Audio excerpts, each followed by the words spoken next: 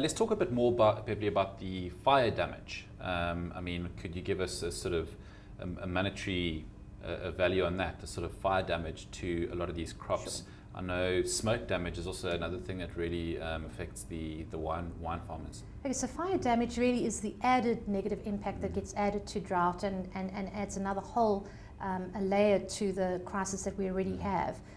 So far, about 82 hectares have been declared in the Western Cape to have been destroyed.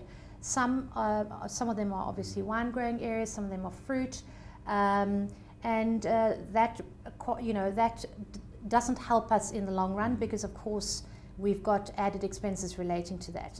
I think where the stakeholders have come to us to say that we're somehow going to have to come to a point where, for example, wine growers must assure that there are enough sufficient fire breaks, that their farms and their farm workers are sufficiently armed with enough firefighting equipment to add those those scarce resources that we need when fires do break out.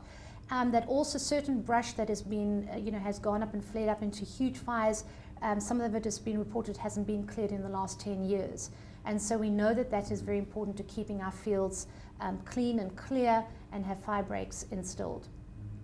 Beverly, finally, what is the feeling amongst a lot of these fruit and wine farmers, this sort of outlook? Because I mean, large parts of the Western Cape haven't really entered their sort of official rain season yet. So I mean, the drought, I mean, how long are we looking at? Well, let's give an example. For example, the grain farmers, they've lost their crops for the season. They can't grow until November. So they're without money between now and November. That's really, really serious.